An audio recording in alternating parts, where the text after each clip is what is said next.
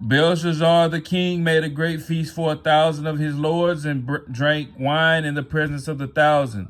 While he tasted the wine, Belshazzar gave the command to bring the gold and silver vessels which his father Nebuchadnezzar had taken from the temple which had been in Jerusalem, that the king and his lords, his wives, and his concubines might drink from them.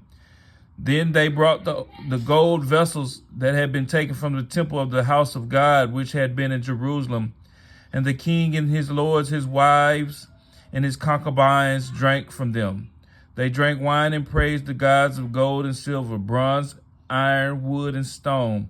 In the same hour, the fingers of a man's hand appeared and wrote opposite the lampstand of the plaster of the wall of the king's palace, and the king saw the part of the hand that wrote. Then the king's countenance changed, and his thoughts troubled him, so that the joints of his hips were loosened and his knees knocked against each other.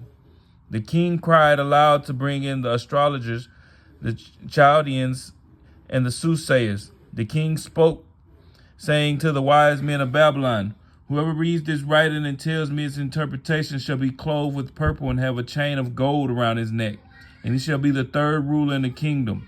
Now all the king's wise men came, but they could not read the writing or make known to the king its interpretation.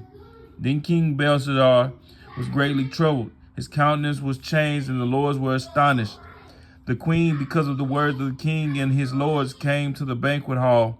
The queen spoke, saying, "O king, live forever.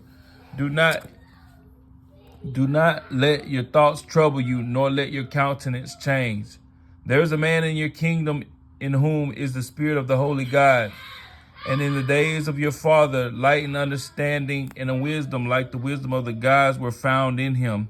And King Nebuchadnezzar, your father, the king, made him chief of the magicians, astrologers, Chaldeans, and soothsayers. And as much as an excellent spirit knowledge, understanding, interpreting dreams, solving riddles, and explaining enigmas were found in this Daniel, whom the king named Belteshazzar.